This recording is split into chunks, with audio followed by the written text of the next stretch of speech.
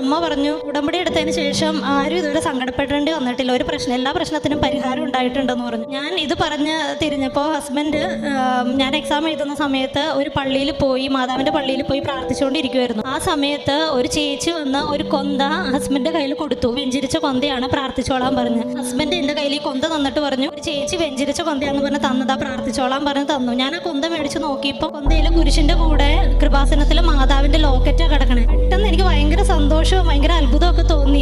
അതുവരെ ഉണ്ടായിരുന്ന ഡിപ്രഷനൊക്കെ അങ്ങ് മാറി. ഞാൻ ഓർത്തു സഞ്ചാരി മാതാവ് വരുമെന്ന് അച്ഛൻ പറഞ്ഞ സത്യമാണ്. സഞ്ചാരി മാതാവ് ഇപ്പം എൻ്റെ കൂടെ ബാംഗ്ലൂർ വന്നു എന്ന് എനിക്ക് ഉറപ്പായി. എനിക്ക് ഭയങ്കര വിശ്വാസമായി അത്. ഞാൻ 28-ാം തീയതി തിരിച്ചു വന്നു. 29-ാം തീയതി ഇന്നലെ എൻ്റെ റിസൾട്ട് വന്നു, ഞാൻ പാസ്സായി എന്ന് പറഞ്ഞു. പക്ഷെ അതെങ്ങനെ പാസ്സായെന്ന് എനിക്കിപ്പോഴും അറിയില്ല.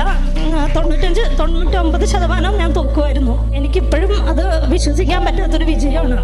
ഞാൻ പഠിച്ച എൻ്റെ ബുദ്ധി കൊണ്ട് കിട്ടിയതല്ല എനിക്കിത്. ഇത് പരിശുദ്ധ അമ്മ ഈശോയുടെ കയ്യിൽ നിന്ന് എനിക്ക് മേടിച്ചു തന്നതാണ്.